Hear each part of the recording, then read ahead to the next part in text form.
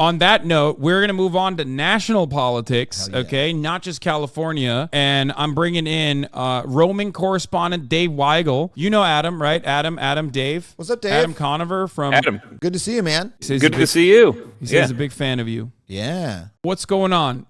You left Washington Post. You're still roaming the nation. We got a lot of people in here. The midterms are happening tomorrow. Do you want to give us like a lineup of what are some of the races that you're excited about? What do you think are interesting? And what are the chances of the Democratic Party in the national stage? I'm sure everyone asks you this question nonstop, but we're no different here.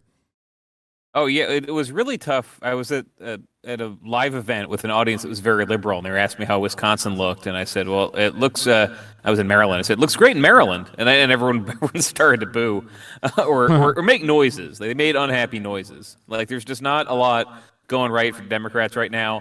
We're at the stage where I've read 2 memos from groups. The election's tomorrow. 2 memos, one from a moderate Democratic group, one from a progressive group, already saying, well, this is why we lost. And they didn't lose yet. I mean, they'll probably lose tomorrow. But, they're looking at this, for as bad as everything is going, they're looking at a good election of maybe losing 20 House seats, keeping the Senate even at best, losing a couple state legislatures, losing a couple governor's races at best. And then if Republicans actually do turn up on Election Day and overwhelm all their turnout, then all kinds of stuff they could lose. I mean, just stuff in California that was like plus 20 Biden, they're worried they could lose it. Is there a world in which the Democrats just knock it out of the gates as far as what you've seen? I mean, you've been running around. Yeah. You see any law signs? So Democrats, things got weird if you cover Democrats in person because 2016, there was not as much energy as they wanted. 2018, they corrected that, right? Everywhere. I mean, I remember being in Southern California and just Katie Hill would need some people to help out and 100 people would show up. And then the pandemic happened. So a lot of Democrats still are not back out in force at the doors. Not a lot. I mean, it's been declining month by month. They kind of got their ground game back, but not as overwhelming as it used to be compared to Republicans. I mean, Republicans have... and people have written about this for 2 years, bound together every conservative movement that's been happening, whether it's people are angry about their critical race theory. Remember that one? I mean, that's just fate is an issue. The new one is they're teaching our kids about gender and sex at school. Those movements are unifying like the churches where people are already getting organized, kind of conservative groups that didn't have much money and got startup capital at the start of 2021. They've got all these conservative causes that are working very well together. I don't see the same thing happening for Democrats. The coalition's actually stayed together pretty good considering how much stuff Biden promised that he didn't get to do. But it's conservatives have a really motivated base, and then the voter in the middle who just is angry at the way things are right now, just inflation and crime, whether it happened to them or whether we're hearing about it. Those voters just have been moving to Republicans in the last couple weeks. Every Democrat I says, like we won moderates last time, we're not winning them now. That could screw us in a lot of places. Yeah. So the top issues, as we've seen time and time again, is inflation and crime. Those two are substituting. Do you feel like the abortion conversation kind of moved away from the forefront? Like people are no longer really mobilizing as actively as they were, and it's definitely not like a point of consideration, unlike maybe in places where it's on the ballot, right? Directly on the ballot. The difference I found in places like California, it's become less of an issue where people are pretty confident.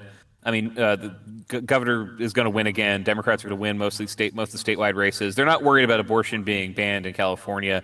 They're not worried about it in New York. I mean, you've got in New York, Lee Zeldin literally saying, "Don't worry, I'm not going to sign anything. I'm not going to change the law," even though he is pro-life, even though he's co-sponsored all the federal laws. So it's blue and purple states and some red states where it's up in the air. So you got Arizona where there's this abortion a law on the books, like from before it was a state, when it was a territory, that would go into effect, total ban on abortion. It was in place parts of 2022, got a lot of attention.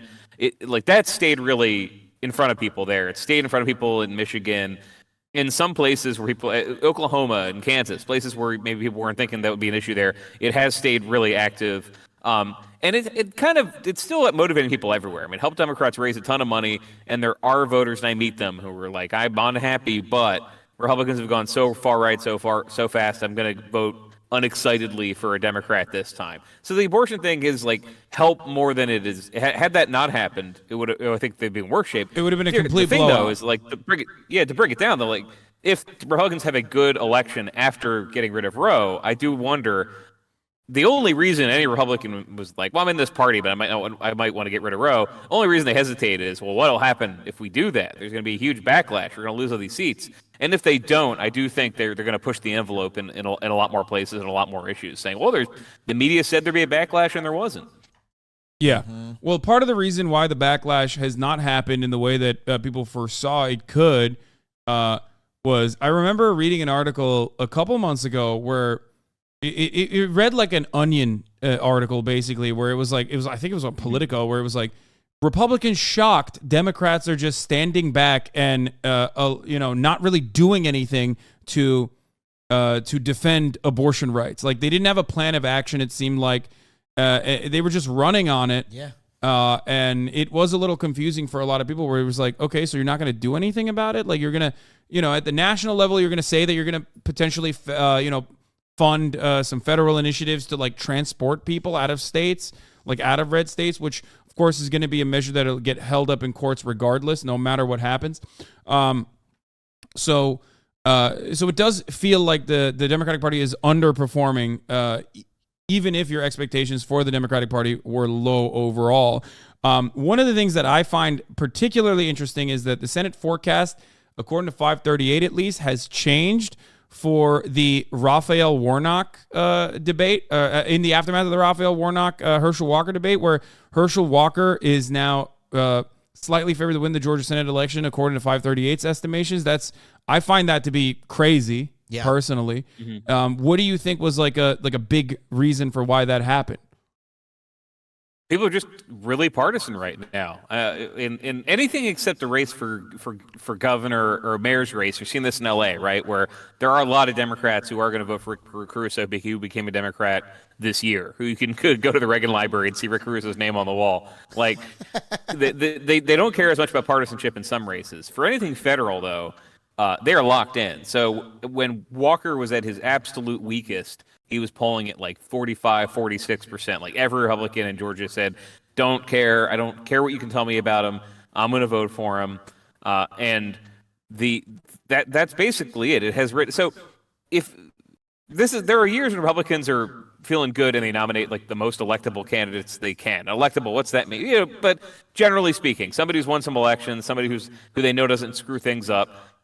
Who hasn't had had multiple abortions. Yeah, Herschel Walker is not one of those people. Like yeah, yes. Right. And so in a year like this, you'd think. I mean, he is running like Brian Kemp is winning by like 8 or 9. Herschel's in a dead heat. He's definitely shaving points because he's got so many flaws, and that is the beauty from their perspective of a wave. Is there's going to be people who have done really yeoman work to lose votes and to alienate people, but enough voters will say, you know what, I don't like it, but I just went shopping again, and the sausages that were $4 4 years ago, they're $8 now, and I just got to vote for this guy. I mean, inflation will change if Congress changes, I think. I'm going to vote for the. It's really locked in like that. It's really every candidate I've been talking to this week too. It's you cannot change. People have great ideas about messaging, but you can't change all the other inputs they're getting, and that's both the real stuff like prices, the annoying stuff like crises that come and go, like the supply chain, and then just you're bombarded with videos of crime pretty frequently. If you turn on the news or you're like right like Reddit group, you're saying, oh, look at this criminal. I'm pretty worried about this. I'm not even trying to be glib about it. Like I've had in LA, I've had not amazing experience. The last one was just I was walking to get coffee. Somebody with some mental problems like confronted me and started yelling at me. I said something and I didn't say anything negative. I moved out of the way to harass somebody else. That sort of thing in like a campaign scans is this city is Mad Max. It's falling apart. You gotta replace this leadership. That's kind of what's been happening. Like you can't just like run an ad and be like, hey, maybe it's not that big of an issue. Yeah. Mm-hmm. you're right about that. I think a lot of people do see it, and they think that like this is caused by Mad Max style crime is now legal policies that the liberals are pushing for, is what the local media presents it as. So I think a lot of people have like both seen it in their own personal lives and also simultaneously don't think deeper into like what the root cause of these issues are, and no one is out there communicating that or even trying to solve it as a consequence of complex funding mechanisms that have basically been the reason for why this kind of thing happens anyway, people being priced out of the housing market, as we talked about extensively when we were discussing California-specific ballot measures and problems happening here. I'm seeing that even someone as fucking annoying and unbearable as J.D. Vance is looking incredibly favored to win the Ohio Senate election here. 538 putting it at 86 in 100. That is pretty wild. I mean, that's wild, especially because Tim Ryan is this guy who there's been all these articles like Tim Ryan is showing Democrats how to win. Like he's doing the whatever. Like there's been a big part of his narrative. Him and Fetterman were like touted as these are the guys who are showing the new way forward. So that number is chilling. What do you think about Ohio? They're doing the best they can. I mean, the Ryan strategy was just being a Northeast Ohio Democrat who talks about bringing manufacturing back all the time and attacks China. He did everything the Democrats did when they would win Ohio by like 3 or 4 points. All of it he did. What happened there? I think there's. I guess I could have like a stamp that says inflation and crime. Like every race, those things have been hitting people. And the way they tried to go after Ryan in Ohio effectively wasn't just he's a phony. It was he's tied to those national Democrats who do all those things you don't like. And Ryan ran for president in 2020. So 2019 is the primary. You know, he's done by the end of 2019. And while he was running for president, he took like a couple positions, like literally 3 minutes worth of video footage of saying things that he doesn't say now. For example, he would ask him, "Hey, would you cut the prison population in half?" And he'd say yes. Or he would talk about energy independence and like the green future. Like you're campaigning for president, you're it's not even that you're a phony, but he was running on more liberal things that he's running in Ohio. And they kind of grabbed those, they put them on the air. I think that did some damage with the voters in Northeast and Southeast Ohio who were like, well, what I'm hearing of Tim Ryan in 2022 sounds pretty good. They made sure they said, well, but back in 29, he told this liberal that he wants to get rid of cash bail. Yeah, like that sort of thing, that was pretty effective.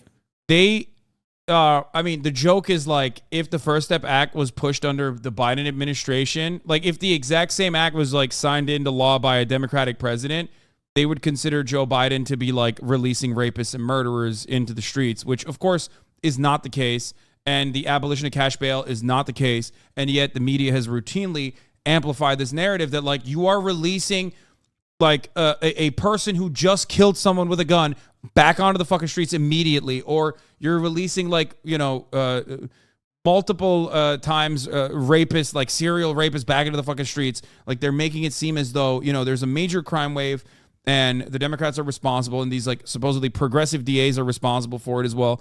And that has been very prescient. People believe it. There's also a conflation of crime and disorder. Like, Dave, your story about crime with the guy yelling at you, that wasn't a crime. You experienced a mentally ill person who had no services, which, of course, like I saw that happen, at least in LA, after the pandemic. The pandemic made a huge amount of that happen. Mm-hmm. Or crime has gone up. Some crimes have gone up in some places. Yeah, they're homicides. Often happening in black and brown communities. Yeah, like, homicides. The homicides are not happening in fucking, Beverly Hills or, et cetera. But the narrative is like more powerful than the reality. Like the people who are angriest about this they're not the victim.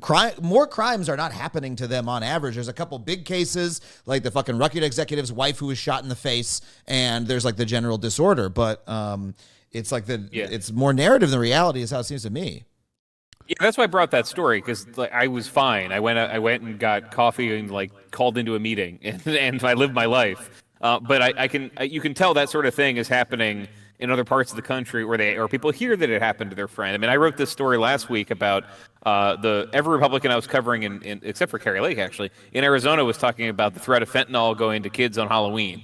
right? And like you can choose to inflate this stuff. You can choose to say there's an invisible monster coming and we need the invisible monster spray to get rid of it, which was what the fentanyl thing was. With the crime stuff, it is based on a lot of reality, and you do have the choice. Like I think what hurt though factually was the crime went up. I mean, like the timing, you can say it's the timing of a lot of the reformers getting elected and having time and implementing during a pandemic.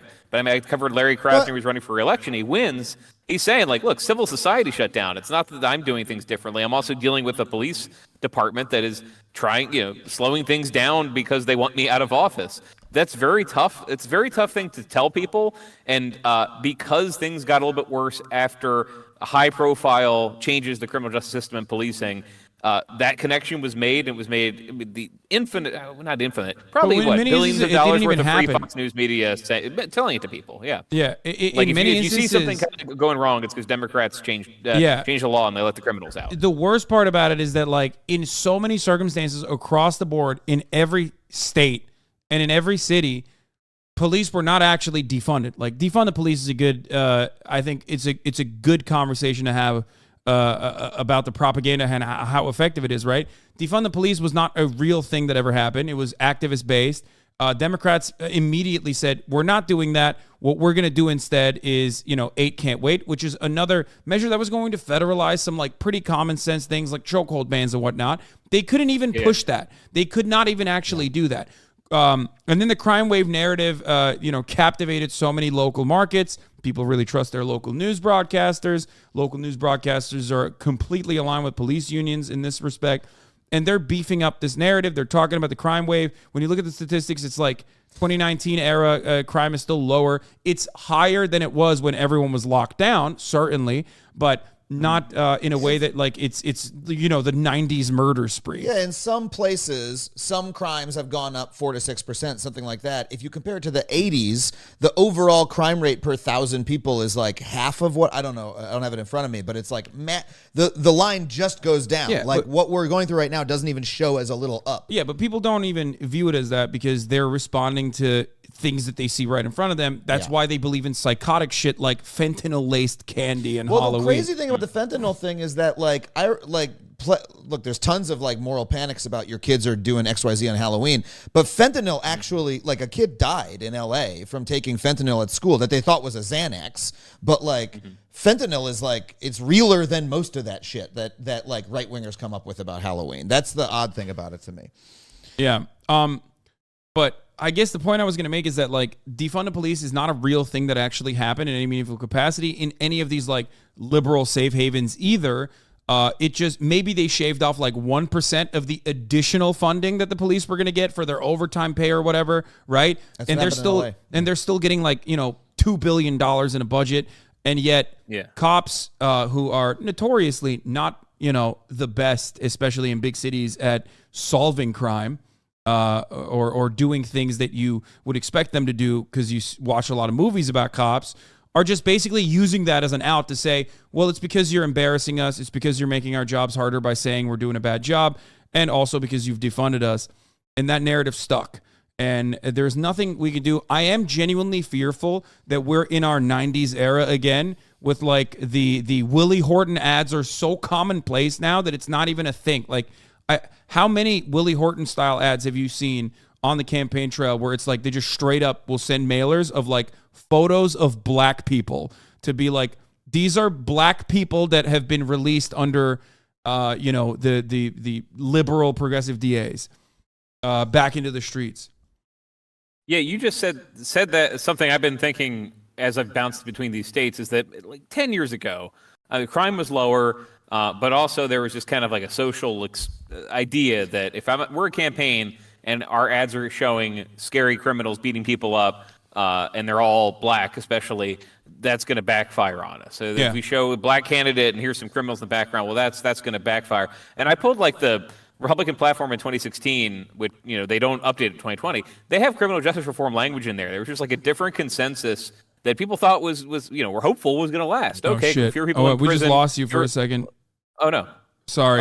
You're back. I'm still here. The chat could hear you, but I couldn't. I'm just saying, but anyway, like the attitude changed. So like there was a lot more nervousness about looking like you're panicking about crime in like a racist way, and that definitely vanished this cycle. Articles are written about it, right? Articles will say, "Hey, why are your ads like have a black criminal, then the picture of the black candidate you're running against?" But there wasn't much worry about a backlash, and it was happening as Republicans are doing a little bit better, depending on the state, with black voters, Asian voters. Asian voters are a big part of this, and Hispanic voters, and just making this appeal that's like, hey, you're an Asian voter in Queens, you're an Asian voter in Orange County. You see this crime that's happening. You see, it was there the willingness to be explicit and show pictures of criminals and say this is coming for you. I think that is significant because you just had, you can find it online, but the paid media that like consultants would say, all right, I'm sign the back of this check. I'm going to do this. We're doing a new ad about this. There just was a little bit more tact about it, and we've gone full. You mentioned Willie Horton. It is like there's a million Willie Hortons all over the country. Arizona, where I was last week, Citizens for Sanity. I'm not even familiar with this group. It's like a new conservative PAC. Their thing is just super hard-edged ads all about crime, and there's billboards that show immigrants at the border and says Mark Kelly equals open borders. Okay, it's happening. They have again. ads that show the crime. They show Shaq can they hear have you, ads but we that can't. Oh, okay, yeah. Sorry, it's like a Discord issue that happens every now and then. All right. You said okay. Willie Horton ads I'm just everywhere. making more examples though, but yeah, you got the point. Okay. Mm-hmm. It doesn't matter because at least they can hear you. The audience can hear you. It's just me and Adam can't for good. some weird reason. I don't know. Oh, how dang. that, Okay. It's a Discord related issue. Mm-hmm.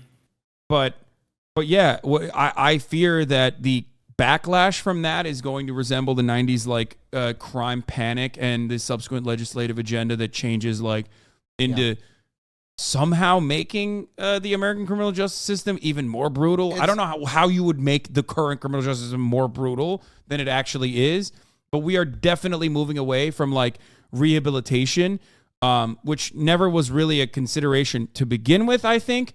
But like, even if you were straight up like, I want to fund the police, I love cops as a Democrat, and then you like voted on the First Step Act alongside Donald fucking Trump, Republicans are literally cutting ads saying you are, you want to hug and kiss criminals and you want, the Boston bomber to come back and do Boston bombing 2, the marathon bombing 2. Like it's just fucking psychotic. I don't know. I don't know what to do about it. I don't know what the implications of that are going to be on the legislative side. Are you trying to leave right now? No. I was gonna say it's so heartbreaking for criminal justice reform advocates who like on Adam Ruins Everything. We did like 2 or 3 episodes about this. It felt like there was a movement building. Prison reform, mass incarceration. Conservatives hated it because mass incarceration is so expensive and it's wasteful. And hey, there's a better way to do this. They were starting to gain steam. Then George Floyd happened. He was murdered. And there's the movement and the protests, and oh my God, it seemed like something would actually change, and then nothing was passed anywhere. And then the backlash has been 10 times bigger than the George Floyd moment was like 2 months long, and the backlash has been in the continuous 2.5 years since. And it's been more powerful than the initial. It makes me think a lot about Rick Perlstein's book Nixonland, which is all about mostly about the forgotten history of the backlashes against all of the civil rights movement in the 60s, and how that brought us Nixon and Ronald Reagan, and it sure feels like that to me. And when I talk to those people now who do that work, they're fucking heartbroken about it because they're it's like their life's work, and just at the moment that they thought we were going to make progress, it's suddenly slipping away in this disastrous way. One thing that I will say, as far as messaging goes, one thing that I will say is that I feel like Democrats are hyper-focused on the national level, and the media is amplifying this narrative when it comes to election deniers. They're like, oh my God, there are so many election deniers that are on the ballot. They're all running. I think it's more than half, or if not half, of the Republicans running at the national level and at the state level, and at the local levels is literally just straight up saying that the election was stolen by Democrats. And I personally think that is maybe a motivator for some of the wealthy moderates that you are trying to shift away from the Republican Party. You're trying to pick away from the Republican Party. Redo the same working strategy for the Democratic Party in the past general election. But overall, I think that they haven't addressed inflation or even combated how Republicans would even address inflation, because Republicans are not saying anything. They're not talking about how like their obstructionist policies in the Senate and in the House of Representatives, if they were to take full control over both of those places in Congress, what they would do to even combat inflation. They have not brought anything up. They just keep saying, look at how bad the prices are. That's Joe Biden's fault. And the Democrats aren't running, like, in my opinion, a counter narrative to that, and instead trying to elevate the Pied Piper strategy style. Look at how extremist the Republicans are. You should still vote for us for sanity narrative. And I don't know if that's going to create a winning coalition. Well, the thing, can you hear me again? I can hear you. The thing you're talking about too, like, the fish doesn't know what water is. Like, we're talking about a media environment that has changed a lot because of endless campaign spending and focused on the stuff we've been talking about. I was talking about the tone, but like the Pennsylvania Senate race is going to be, I think, $200 million in spending.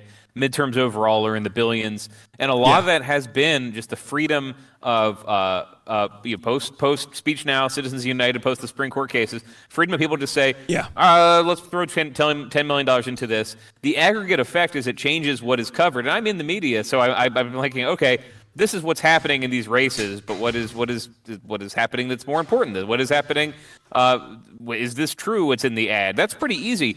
But what overall is happening is that the narrative, the stories that people are hearing are changing from what might be a policy to fight inflation to crime and to or did you just support to fund the police or not? Are you going to build more jails or not? You can put more people in. You can change what voters are focused on. There's a reason people spend all this money to advertise, because it is nonstop. And you go to a swing state or Arizona or Pennsylvania, you hear about inflation, but not really a discussion of what should be done about it. You hear about crime constantly, the individual cases of crime, and it's kind of, if you think inflation is important, it must be annoying, because there's no conversation about would cutting taxes increase inflation, because that's kind of a Republican plan.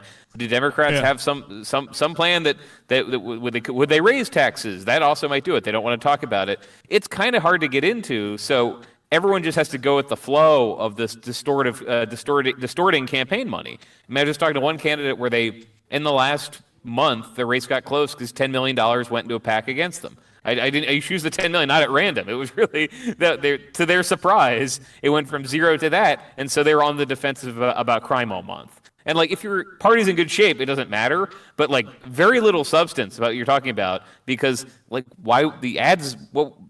Why would they have substance in them at all? What would be the point of running an ad saying there are different perspectives on how to combat inflation? No, much easier to be like, you see this guy, he got mugged. Yeah, no, for sure. They're very good at agitated propaganda and cutting agitated propaganda. It's not that, like, if the Democrats talked about all the complicated ways in which they would combat inflation, that would be adequate campaigning either. You need to also make that short, quippy, and concise. And that's why I literally said, like, one of the things they could have at least done is, like, be like, hey, these guys are stopping us from pushing legislation. What makes you fucking think that they're going to be good in the next 2 years if they control the Congress, control Congress in its entirety? Like, something as simple as that, even. But overall, what is your opinion on Pennsylvania? Because we have some major races, right? We got Pennsylvania, we got Georgia, Nevada. We have a lot of different Senate battlegrounds. It does seem like the House of Representatives it's not even a toss-up. It hasn't really seemed like a toss-up at all, even with the abortion and stuff. Seems like Republicans are going to win back control of the House. What do you think about Pennsylvania? Let's start there. Yeah, that got rough for Democrats in the Senate race because John Fetterman had a stroke. I mean, that's what happened. So the Fetterman campaign had a brilliant strategy and a brilliant message with their candidate, a guy who was very hard to pin down, unique. Like, people like knew him, liked him. He was very blunt. He's never been like a great orator. When he was on the rise as mayor of Braddock, you could say he was had TED Talks or whatever, and he just did not talk like a politician, which people liked. And the stroke took that ability away from him. So they've really tried to just grind out the election, saying, yes, he had a stroke. Yes, he's lost some of his ability to speak for now. He's going to get better, and he's running on the same stuff. But that complicated their thing. Their thing. That complicated what they were trying to do. The governor's race has there was no complication. So Josh Shapiro is running for governor, the attorney general. Both parties expect him to win. I'm already seeing how far can this guy go? Can this guy be the first Jewish president? People are getting a little bit ahead of themselves, but they feel very good about that race for governor. That's so. That is the most Democratic Party thing you can do. Oh my God, like that's all that matters to you. Yeah, yeah, I love that. Yeah, but the rest of the state, there's like 4 seats that they voted for Biden. 3 voted for Biden, 1 voted narrowly for Trump. The one in Scranton is the one that voted for Trump. The one in Allentown was narrow, and then there's like 2 in Pittsburgh that are competitive. And that's one where Democrats are hopeful they can hold all those, but like they're going to start losing 1 or 2 state places like that from state to state. The places where they're more worried are districts that Biden and Hillary won by like 15, 20 points, where the incumbent has just like never had to really run a tough race. They're less worried about the guy in Scranton Matt Cartwright, because he always has to run against this red wave, like of some size in his district. But they're more worried about the people. I mean, Summerlee in Pittsburgh, for example, that's a plus 20 Biden seat. She's had this issue where she's replacing Mike Doyle, a Democratic congressman who's there for 28 years. Republicans nominated this local city councilman named Mike Doyle. They've been kind of cute about that and blurring who they are, but also just that is combined with the fact that Summerlee is very progressive, is on the record for defund the police as a path to eventual, to justice, to less crime and all that. But she's on record saying that. And those kind of races where it's like it's a safe seat, so they never really looked over their shoulder what Republicans could use against them. Those are the ones that are getting really dicey. Yeah. As far as okay, so we talked about Pennsylvania. Do you have a? I mean, this is like such shitty questioning, but do you think Fetterman is after that debate performance? Do you think like Fetterman might actually lose to Dr. Oz? Because at this point, the reason why I'm asking you this question is because I always have been of the mindset that, like, first of all, people like the general vibes of John Fetterman. Like, that was, I like his politics for the most part. There are some things I disagree with, but and I've liked him for a long time. But I think the American voter usually just thinks about, like, vibes, and John Fetterman fits that, or John Fetterman before the stroke definitely fit that. Can his ground game overcome the potential, like, millions, multiple millions of dollars of free coverage, free negative coverage that he has gotten from Fox News, calling him a cyborg, saying his tumor is like a totally separate person, and claiming that he's actually fake, like he doesn't even really wear Carhartt, like he's not like a real working class guy, because he was foolishly interested in like uplifting Braddock instead of working for like some corporate lobbying firm before putting on the snakeskin boots like fucking Ted Cruz. You know what I mean? Because he's a Harvard graduate. Well, the other thing is, had there been no stroke, the campaign would have been, this guy's a phony, and it was going to be, and they did some of this. Like, he's from a rich family, and he's never hidden that. He's like, yeah, I mean, people from rich families, my family helped me out in doing this work to build a small town. That was part of the story, but they were trying to brand him as like this rich kid who never really done anything. I don't think that would have been as effective. If he wins, he's still much better liked than Oz hate saying depends who turns out, 'cause duh. But every poll, Oz is just, people do not like the fact that this guy who does not live in Pennsylvania moved there to run for Senate. They don't get it. He's not, as a campaigner, he's like kind of mediocre. He's done a couple events, but he's been very shy, like doing a little round table that maybe the press is invited to, maybe it isn't. But he's not been out there like barnstorming and impressing people. So it's really, yes, you said the ground game. Democrats have all the money they need there. Fetterman's been out everywhere. It's like, do they say, okay, you guys don't really want to elect Dr. Oz? I know things are bad, but guys really don't want to just for 6 years have this senator that you all agree you think is terrible. So just look past Fetterman's injury. Look at it almost like he's laid up with an injury. It happens to people. That's a strategy. I think it can still work. I mean, I feel like if he is losing by any margin, it's because of the stroke.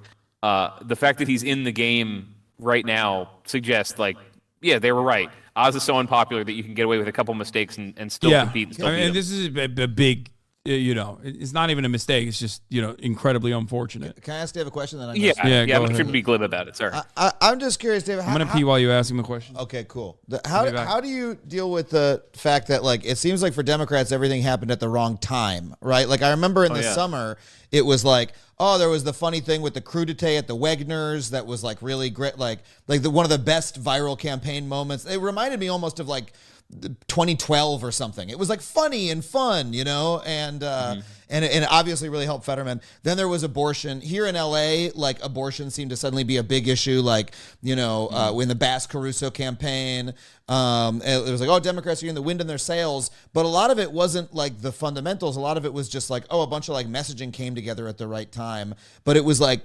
just 3 months too early, and now everyone's forgotten about the funny crudité, and like abortion is just a little bit less hot. Like, people are still mad about it, but it's like, the news cycle has moved on and moved on and moved on and moved on.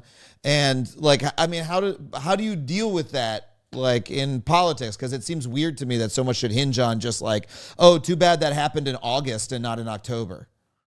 Yeah, but it does. I mean, I'm a materialist on this stuff. I'm not an idealist. I think it's the Republican strategy was, we're going to have mediocre candidates and we're going to just bury Democrats with negative advertising in the fall.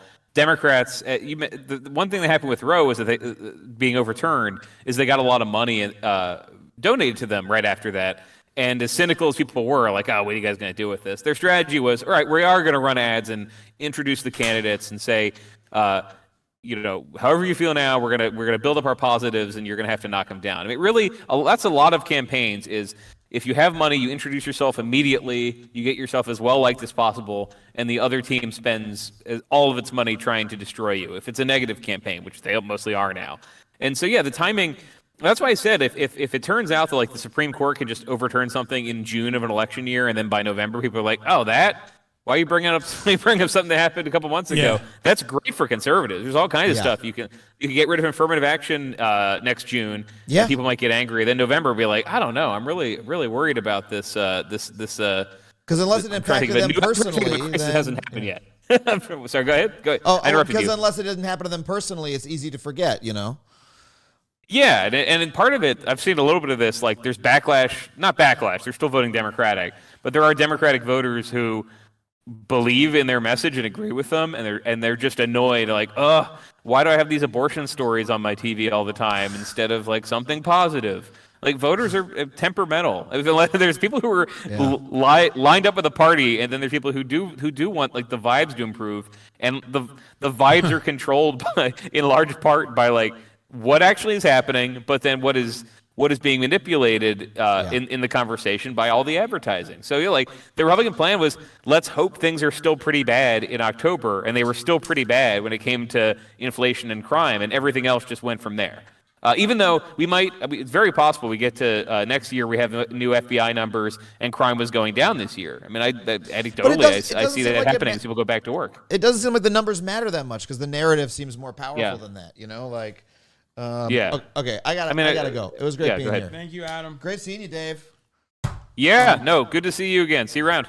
Adam Conover of Adam Ruins Everything. And also, is there anything you want to plug before you leave? Yeah. I got a podcast called Factually. I interview people every single week. And I got a new YouTube video. You watched it on your stream. I did, yeah. It was great.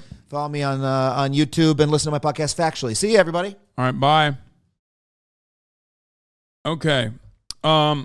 So I have some more questions here, specifically about. Hold on, let me just fix this up a little bit.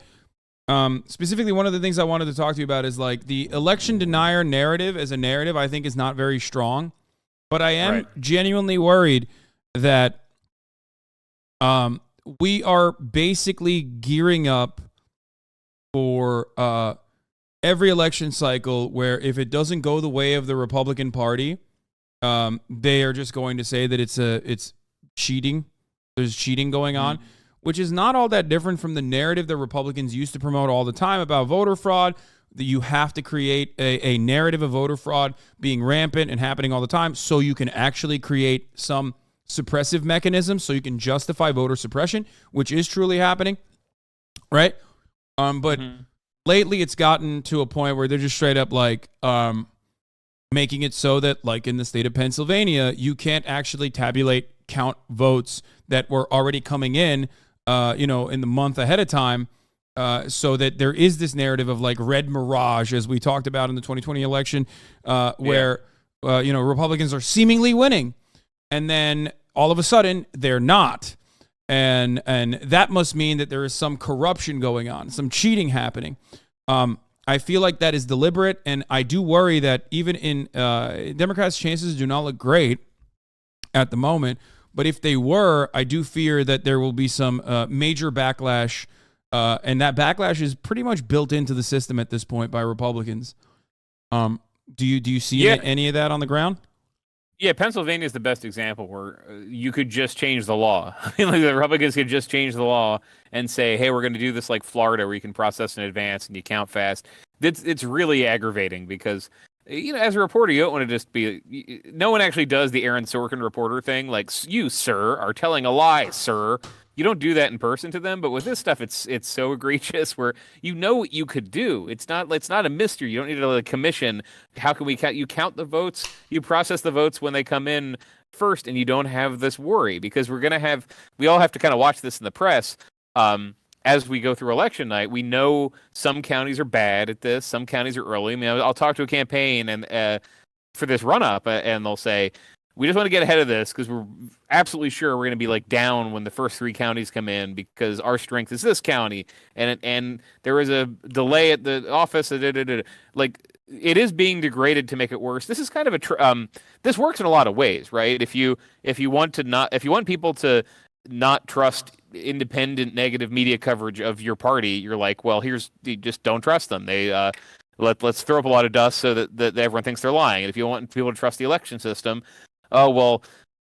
just here's a video that we've seen a million times of like a box being moved. That's actually a video of ballots. I find as a reporter, it's just deathless. You can't convince people, and in the media, you can't convince people because they assume the media is in on it. So once people got that information loop, the voters, I don't blame that many voters for believing false things about the election because they're being fed it all the time. I do get annoyed at the legislators who could just fix it.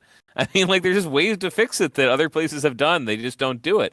But Pennsylvania's pretty bad on that. Wisconsin's not as bad. There are, like, New York Democrats and California Democrats make everybody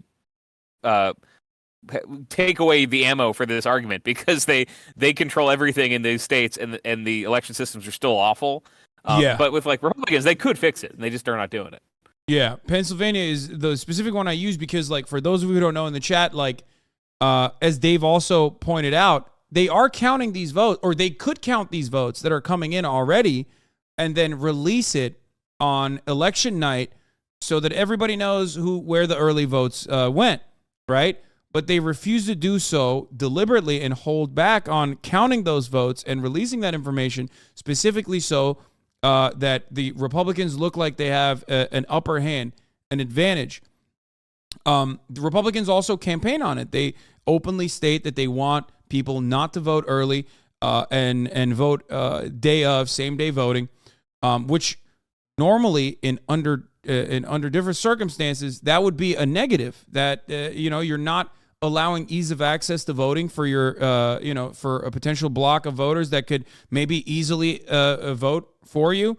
But part of the reason why I think they're doing that is also because it's probably easier to purge some of the cast ballots already, like they're doing in Pennsylvania. Again, there's something related to the dates, I believe, on like ballots that were sent in already, that it didn't say the date of the election outside of the ballot, even though these people have already received their fucking votes and have voted before the election day, so it doesn't even matter. But they're still trying to take down, knowing full well that early voters are overwhelmingly Democratic. They're trying to declare void hundreds of thousands of ballots that have been cast already in early voting. Yeah, I think that's you have to. This happens in a lot of states. You have to date the ballot, and if it's not, there's an effort to throw it out. Yeah. Democrats still control the highest court in Pennsylvania. Usually, when stuff gets kicked up there, Usually they allow some of this to be counted, but that too. I mean, what I found with all this, I kind of throw my hands up in despair because as soon as it gets a little bit complicated, people who just assume that the elections are stolen are like, well, this is all a bunch of gobbledygook you guys are saying to cover up the fact that we should just be voting on paper ballots and we should all vote in one day on paper ballots and that would fix the problem. And it's compelling, right? Because you see Brazil count stuff fast, and you think, why can't we just do that? I don't think they're crazy. I think what you just need is everyone to agree. The problem that is obvious that I don't want to get too like wonky in international politics on you. Who wants that? But like other countries have federal election systems. We have every county and every precinct doing its own election, and it takes a while to count. But what we've had instead of an attempt to fix that as much as you can, because you're always going to have independent counties doing this, is Republicans deciding it is worth it to not have it fixed, and Democrats just being bad at fixing it. So we're heading into this, like, at this point, like hell, every election, every time there's enough stuff on the ballot to be that's going to be close, every election we're just like, well, this is going to take a couple weeks. There's going to be death threats to the county officials. There's going to be people with guns and cameras outside the polling place. There's going to be other people trying to protest them. Like, it was not that stupid 4 years ago. It got stupid like on purpose because people thought it would advantage them if everyone thought the elections were rigged unless they won. That's totally what happened. Yeah, it was definitely it was definitely also in some ways the logical conclusion to arrive at if you have, since the Paul Weyrich days, used voter suppression as a tool to win elections in some way, or at least like make it more competitive for your party. And in order to, like I said, justify voter suppression mechanisms and like purging people from voter rolls and whatnot, you have to make it seem like voter fraud is rampant, despite all evidence pointing to the exact opposite, despite the fact that even Republicans like George W. Bush and Donald Trump, both winners, have created like election integrity committees, and then they quietly get disbanded when they can't come up with the voter fraud narrative that they're claiming. Yeah, this is what it's always useful to go out after an election and just say what happened to that thing, like so, or after any story. So I feel like it's helpful to go back after the fentanyl panic and say, wait a second, was there actually fentanyl in candy or not? There was reporting Immigrant in Virginia Caravan. where people Remember Caravan, but people in Virginia, I forget who, I forget which paper. I think it was Richmond Times-Dispatch, but they basically just did a Freedom of Information search for the critical race theory tip line that Glenn Youngkin brought in when he was governor, and it turns out they gave up on it because nobody was actually reporting this stuff, or the election fraud stuff that nobody goes back. And that's a good use of the media. And like I think a general story that everybody loves is, hey, you were being lied to by people trying to scare you for your vote. That's a good story. It's just a post-election story that we're going to have to say afterwards. I don't know how to fix it in real time because people just want to believe, but people do want to believe the worst, and it helps to believe the worst. You're like, oh, okay, I trust that those guys are right. You're right, though. I'd heard it for years. I mean, I remember covering Republican stuff in 2010, and I'd meet voters who thought Obama's election was stolen because they heard about Acorn on Fox. Right, that always happens. Oh, it's yeah. Just every single candidate saying the system sucks, and when we're losing, it's because they stole it. Like everyone's saying that on the record. That is new. That is and I don't know how much of it is opportunistic for voters. I don't know how much people believe it. I assume if you're a politician, you're saying it in public. I don't think it matters that much if you don't believe it. You're attaching yourself to the idea, and often when you know that it's fake. Yeah. Arizona. Speaking of voter fraud, what do you? I mean, it seems like out of the Peter Thiel candidates that were put forward, the school shooter candidate Blake Masters is doing the worst. I mean, in comparison to J.D. Vance somehow. I liken J.D. Vance in Ohio to Ted Cruz. Ohio is red.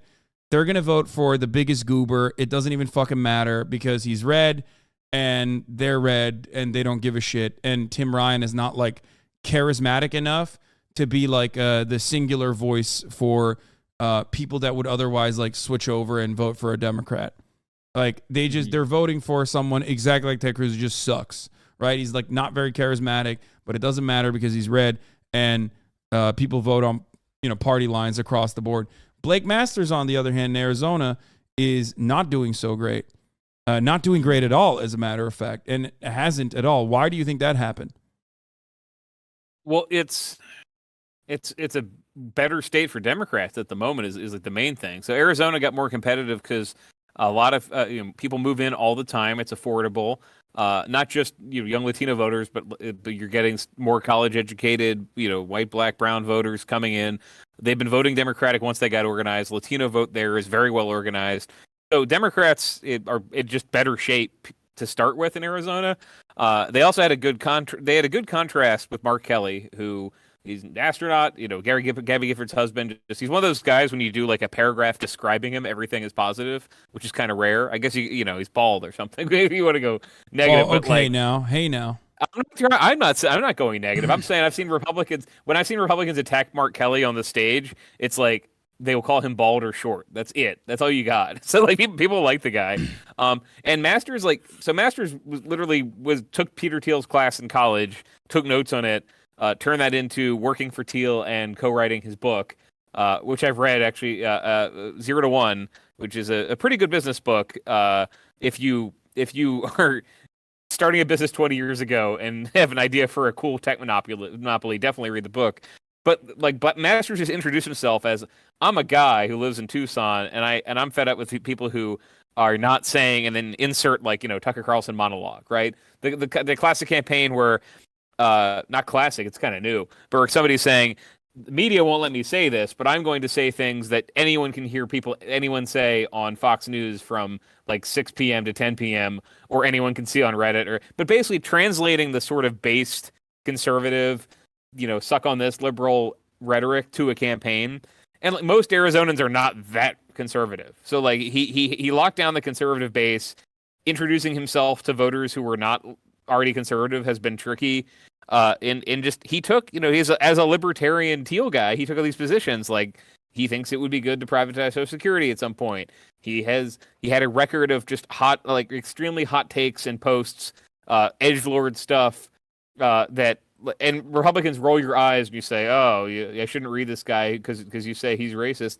But he played a lot more with the far right of not even the Republican Party, just like the far right, the kind of Murray Rothbard libertarians. He just is more right wing than Arizona is. So his whole campaign has just been saying, "All right, now that I'm the nominee, if you're tired of the Democrats screwing up, put me in power.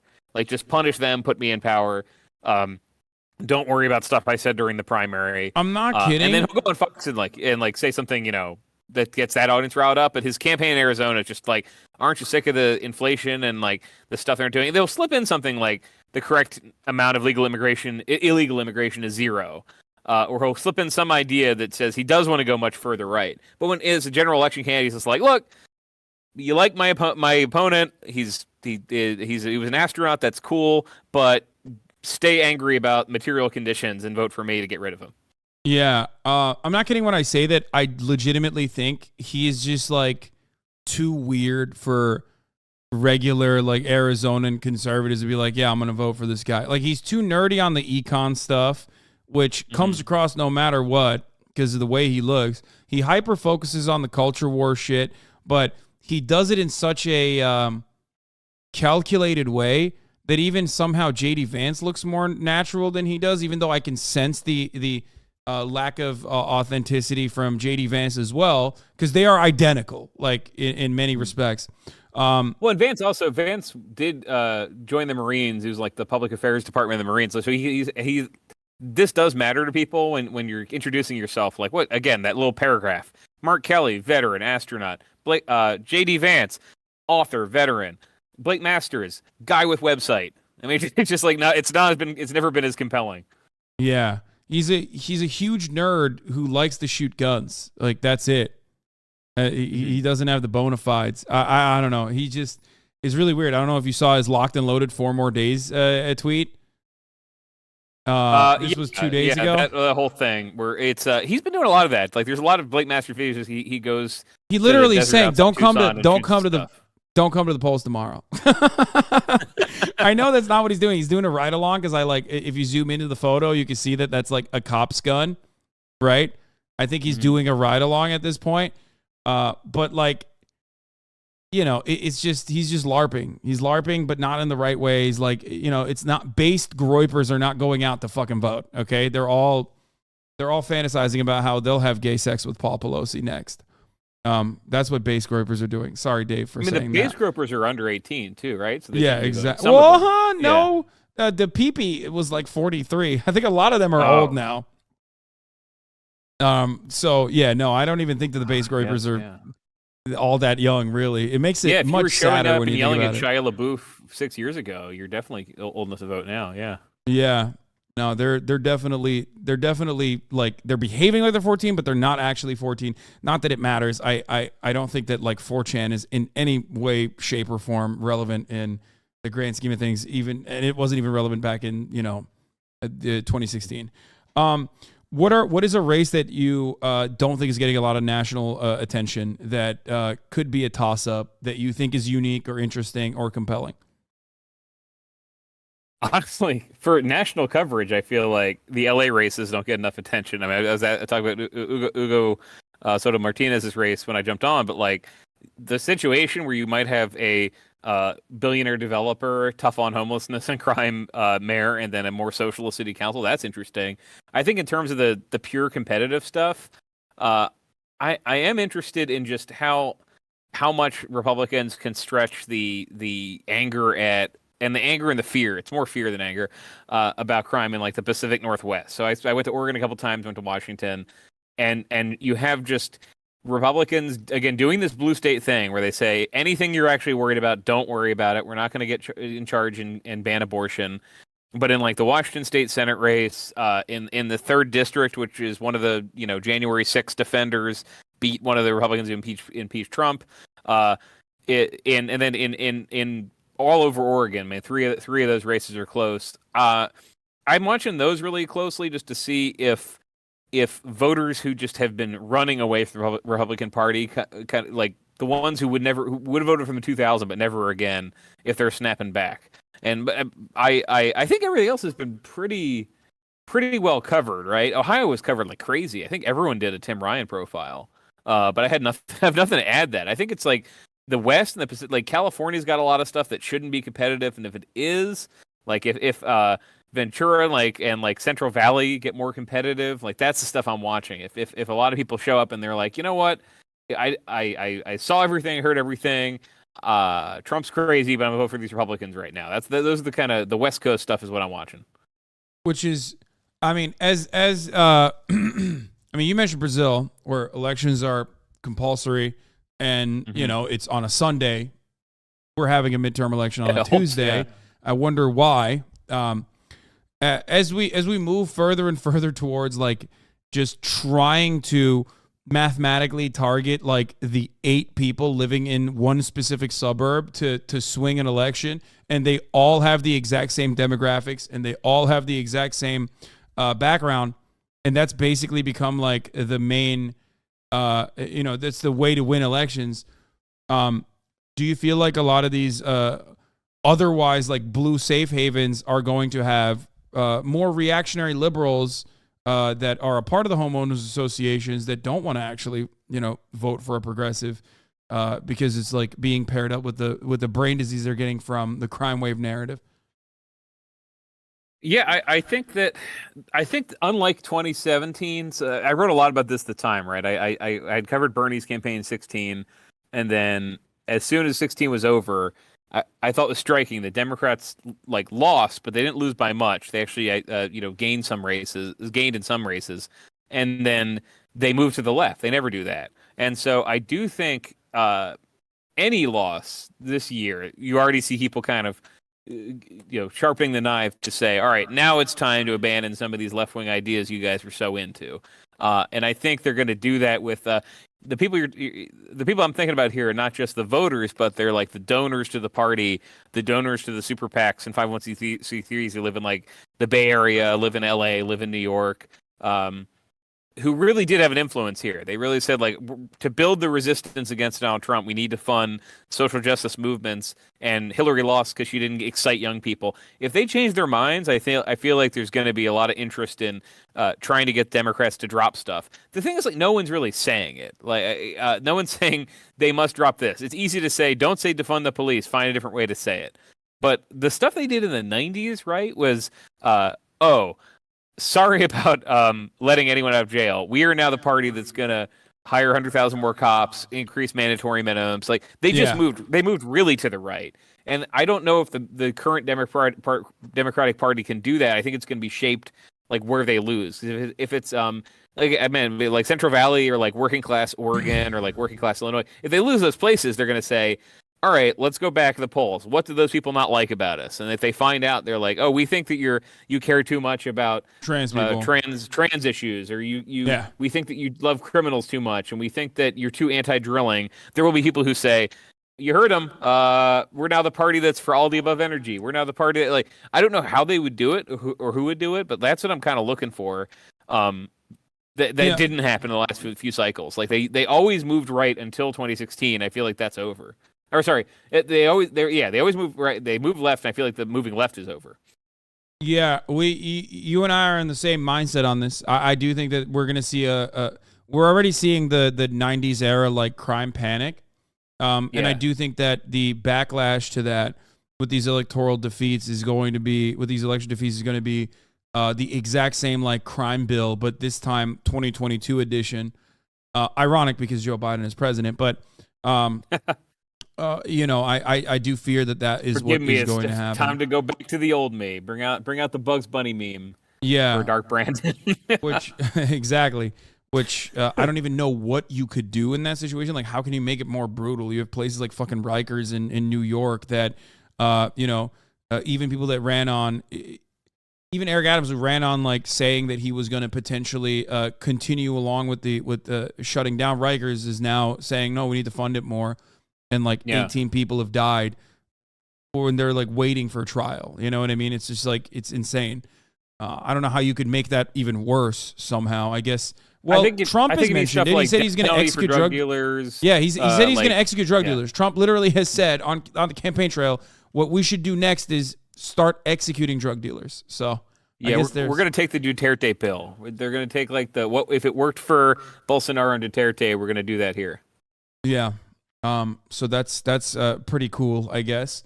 What do you think about Florida? Do you think that there is? I mean, you've probably seen the Ron, what does he say? The sanctimonious line from Donald Trump in his last campaign rally. He said that in Florida. You know, he went into his house and he said, Ron DeSanctimonious, not his greatest. Okay, not his greatest. I think he's still working it. He's still workshopping it. He's definitely running. What do you think is going to happen there? I think he's gonna run. Like, he's gonna run. The entire Republican Party is gonna, like, get behind him, except for some, like, your Larry Hogans and people who are less famous than Larry Hogan, who are gonna stand up and lose. I feel like that's an easy prediction. I feel I'm almost more interested in the Democrats right now. I just was talking about, not to, like, moll it, but, like, what I'm interested with Democrats is that there is an idea. Joe Biden. Like, unfalse viable. Joe Biden beat Donald Trump once. Can he do it again? Can Biden, who will be at that point 81 years old, beat Donald Trump again? I think most Democrats do not think that, just for both his record and his age. So I'm interested in what Democrats think here, because there will be an election where Republicans did well. We'll see how well. There's probably some races where they lost where they shouldn't have lost because Trump endorsed somebody, and Trump changed the whole issue matrix to, election fraud and all that stuff. And there'll be some Democrats who say, all right, well, the 78-year-old Donald Trump, who half the country can't believe is still here, hates him. If we have a fresh Democratic Party face, surely we can beat that guy. And I think they'll have a messier primary than Republicans. I just don't see how any Republican puts up the resistance to Trump. I mean, I make fun of all these quotes, anonymous quotes you see in articles where some reporters, like, but one Republican strategist said, I'm like, yeah, he's not putting his name on it. Like, he's like, Republican strategists who say that somebody can beat Trump and then don't tell you who they are. because they think it would come back to haunt them. That's because they don't really believe it. They have no plan for stopping him. So I think he's gonna either they're trying to every rally he does now they hype up. He could announce it here. He'll announce at some point. He'll announce at some point, next week or whatever. Say he's running. Say that you can't, investigate me now because it's political if you do that. Whatever. And I feel like the Republicans will sort themselves out pretty quickly. Just because I've seen it for however many years. Like when he is caught doing something illegal or possibly illegal, Republicans say, "How dare Democrats do this to the leader of our party?" They don't say, "Great, this is an opportunity to stop them." So with all the opportunities they've had, I think they just won't. They're just gonna accept that Trump leads the party and count on him to ramp up turnout and interpret the elections. If it's a really good election, it'll be easy. And just say, hey, these midterms prove that nobody could have turned out our base like Donald Trump. Like nobody, the energy that he's taken to our party, the way he's changed our party, the way he gave us the confidence to fight the left, like Kerry Lake. I mean, I think the week after the election is just going to be like the end of Evangelion, everyone clapping for Shinji for Donald Trump on the Republican Party. That's what I'm expecting. And then with Democrats, they're going to just be in their first full on hair pulling fit since 2016. Oh God, it is. One final question that I have for you. Have you seen? I think it was a Wall Street Journal poll that came out recently that had some really unique numbers there with respect to Black and brown voters and the Democratic Party losing its. Well, not like. These kinds of articles are written before every election where they're like, the Republicans are owning the black vote. Like they're actually destroying the Democrats. Like they've really boosted their numbers and it goes from 8% support to 9%. You know what I mean? Which is ridiculous. Right. But, I believe there was a poll that just came out earlier today, that Andrew had posted about as well. He says, more worrying signs for Democrats in this Wall Street Journal poll showing Republicans making big inroads with Black and Hispanic voters. Biden's lead 2020 pollster is quoted as calling it a possible paradigm shift election, making inroads with working class minorities. And by that, they mean non-college educated Black and non-college educated Hispanic voters are now, the Republicans have consistently increased their numbers within these demographics. So, have you seen this on the ground? Is this just media narrative that is the same every fucking election cycle? Because I'll give you some numbers here. Among Latino voters, Democrats held a lead of 5 percentage points over Republicans in the choice of a congressional candidate in the Journal's October survey, a narrower advantage than the 11-point lead in August. And also, the Democratic support has diminished or deteriorated as a consequence of degrees of concern about inflation and the direction of the economy. Of course, in 2020, they favored Biden over Trump by 28 percentage points and Democratic candidates in the 2018 House races by 31 points. Mm-hmm. So yeah, I've seen I've gone to places where Republicans definitely have gained some ground. I went to South Texas 3 times this cycle. I think once 2021 and then a couple times this year. And there definitely are conservative Latinos who vote Democratic for other reasons. It's apart from online, people have complicated views, right? There are lots of Democrats who they don't agree with the party on guns, but they think that Republicans just shift everything to the rich whenever they get the chance. That's kind of South Texas. And they have made gains there, and again with the money, they poured a ton of money into it. What Democrats will tell you is we've still got the support, we still have good organization. What's new is they went from spending $0 to millions of dollars to help these candidates. In Black areas, I think I have Detroit in my head because I was in Michigan, and there's not a Republican surge with Black voters. They actually kind of deprioritized that a little bit in parts. They used to have a big Detroit outreach office. It's been a little bit less in the news and less active.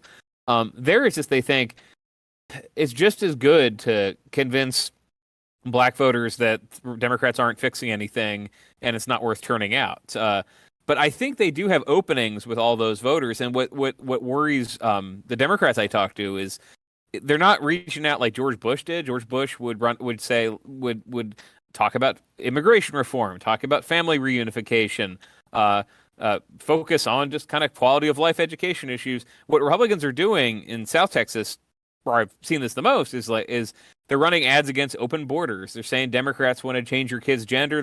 They're basically running as MAGA Republicans and thinking, well, we're not going to get like 70% of the Latino vote, but if we're pulling out like 10% more of Latinos, especially Latino men, who agree with that, like, you know, they were voting Democratic, but they agree that like there are pedophile rings, or they agree that like Democrats are too mean to the Border Patrol, then like every bit counts. We're going to keep increasing our I think that's definitely going to happen. Like, I don't think they're going to win the Latino vote, black vote, etc. I think they're going to improve a little bit just based on all the stuff I saw. Yeah, they're not. They're never going to win. No. That's what I was saying. I mean, so one interesting piece of evidence here is that about 17% of black voters said they would pick a Republican candidate for Congress over a Democrat in the polls, both in late October and in August. That is actually very large in comparison to the 8% of black voters who voted for former President Donald Trump in 2020 and 8% who backed the GOP candidates in 2018 House races. So, like, that is a big shift. And you're right. I think that they're not, like, changing their messaging. They're if anything, they're getting more aggressive and more racist, I would say. And it's more commonplace to cut, like, super racist agitprop.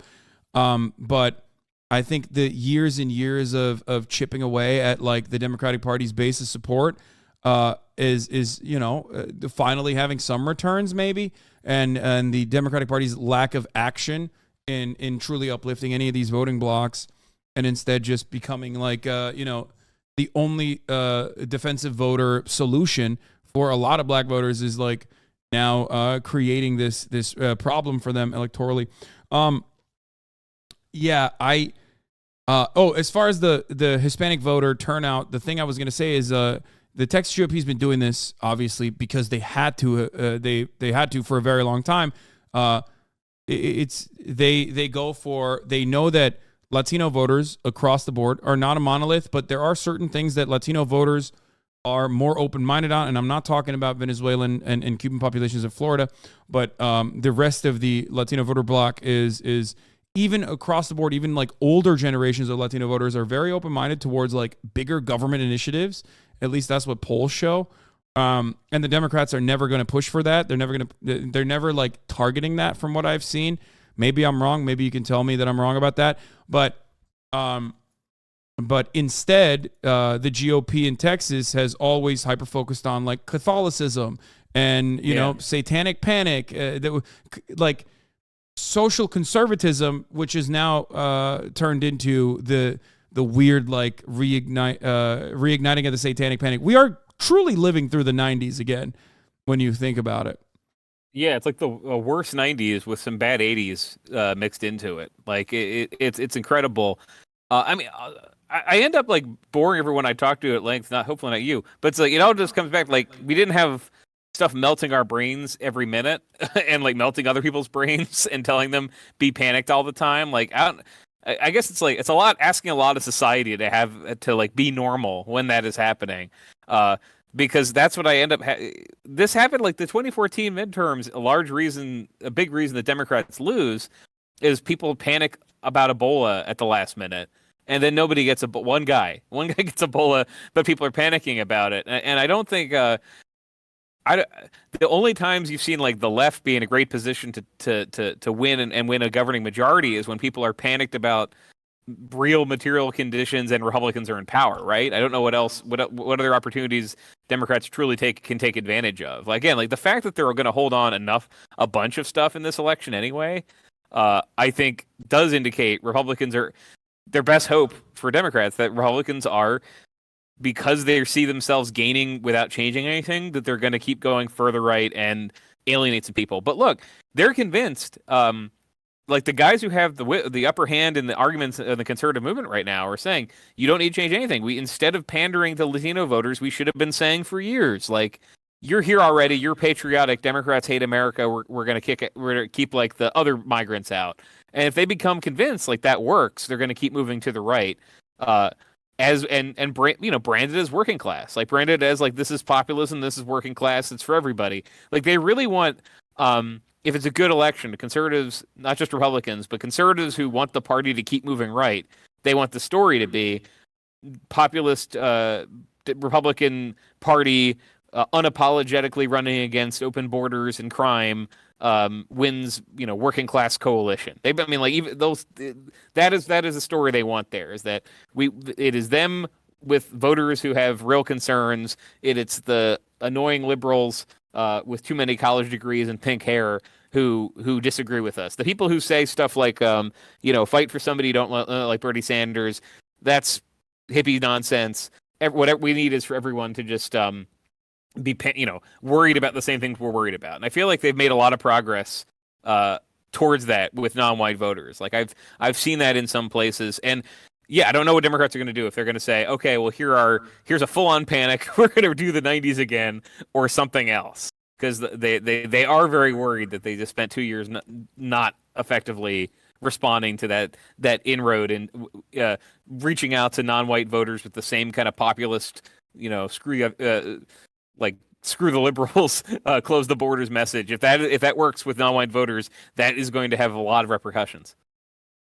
Overall, what would you rank the Democratic Party's performance and the Republican Party's performance so far in the midterms? I mean, as far as campaigning goes, as far as like hyper focusing on the issues and whatnot. Overall, yeah, Republicans were more on message and more consistent. Democrats, I mean, like some of the things they focused on, they were always going to focus on. Like the Capitol gets like invaded by Trump supporters, they're going to have hearings on it. That was going to happen. Roe gets overturned. That was going to happen. So you can't really blame the Democrats for things that happened that make you worried for the future of democracy and women's rights. Don't talk about them. Like pivot back to inflation or something. I think what they didn't do was come up with an argument for why, even though we're the party in power, you should get us in there to keep fighting inflation. And I think part of that is just like realistically, inflation wasn't going down, so there wasn't much they couldn't credibly do that day to day. They couldn't say, see, it went down 2 points.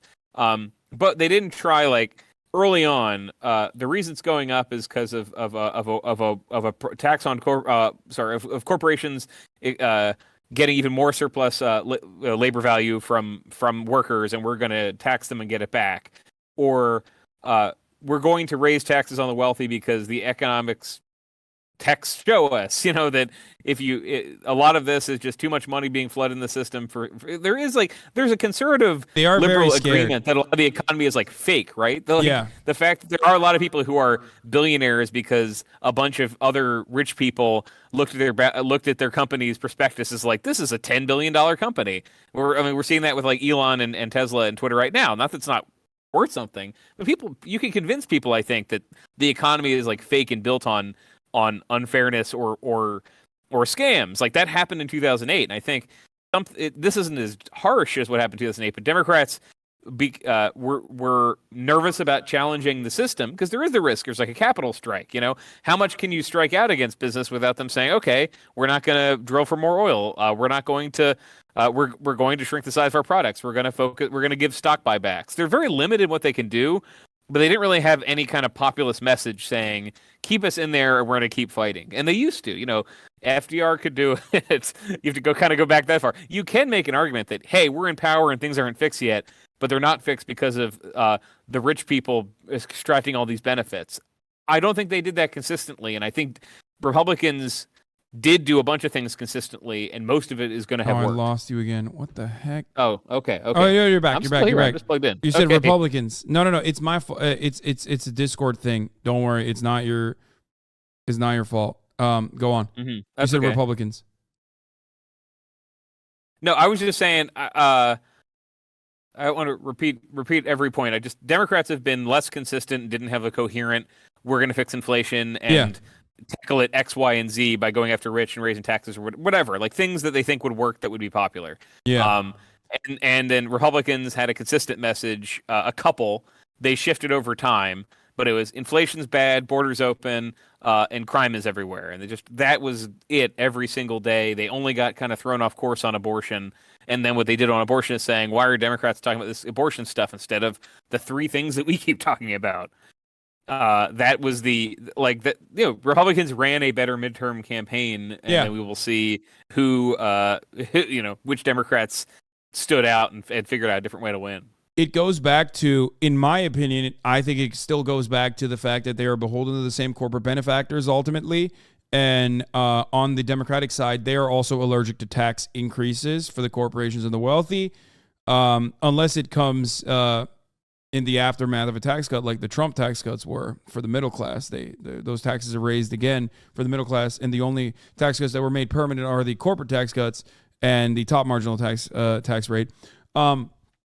Yes, I do think that the Democratic Party is too fearful of pushing that message because, one, Republicans are very good at just immediately clamping down on that and then turning around and making it seem like any sort of tax hike is actually a tax hike for the middle class, even though messaging-wise, the IRA had some stuff in it that, Republicans, I feel like, were not able to adequately attack tax increases and make it seem like it's everyone's problem, like they did with the death tax.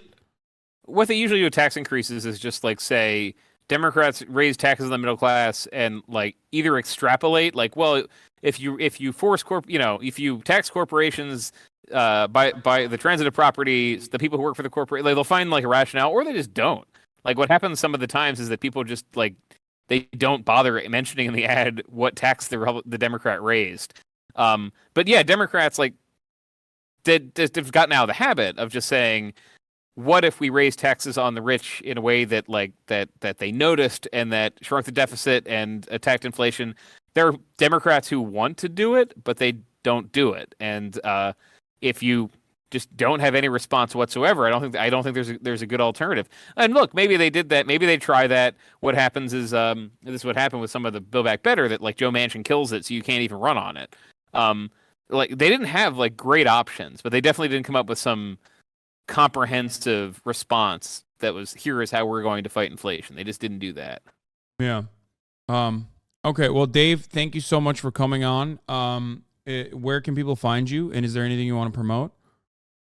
Yeah, I am now at Semaphore. It's a new startup. I joined was one of the early employees. It is free online. Semaphore spelled SEMAFOR.com.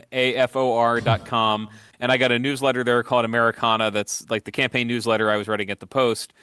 Just kind of a different sort of outlet. Like we want to make news and cover stuff and break stories. But we kind of separate. We have the reporting high up all in one place. And then if you go down the article, we'll break out things like somebody else's opinion, the reporter's opinion, a view from internationally. Like we're just experimenting with different ways to tell the news. So I'm having fun. Everyone should read it. It is totally free. The newsletter's free. Stop complaining about paywalls. Unless we do one, then we'll deal with that later. For now, it is definitely free, and like I'm very happy with what we're doing there. Hell yeah. Well, thank you so much, Dave, for coming on. And, if you have some time, I'd love to have you on again, to give some post-election analysis or during the midterms. I'm not putting you on the spot here. I'm sure you're a busy dude, so let me know. No, I was really happy to talk to you again. Thanks for thinking of me. I mean, and this election the count might last a while. So if you need me back for something, just tell me. That is what's going to definitely happen. All right. Thanks, Dave. Bye. All right. Thank you. Bye.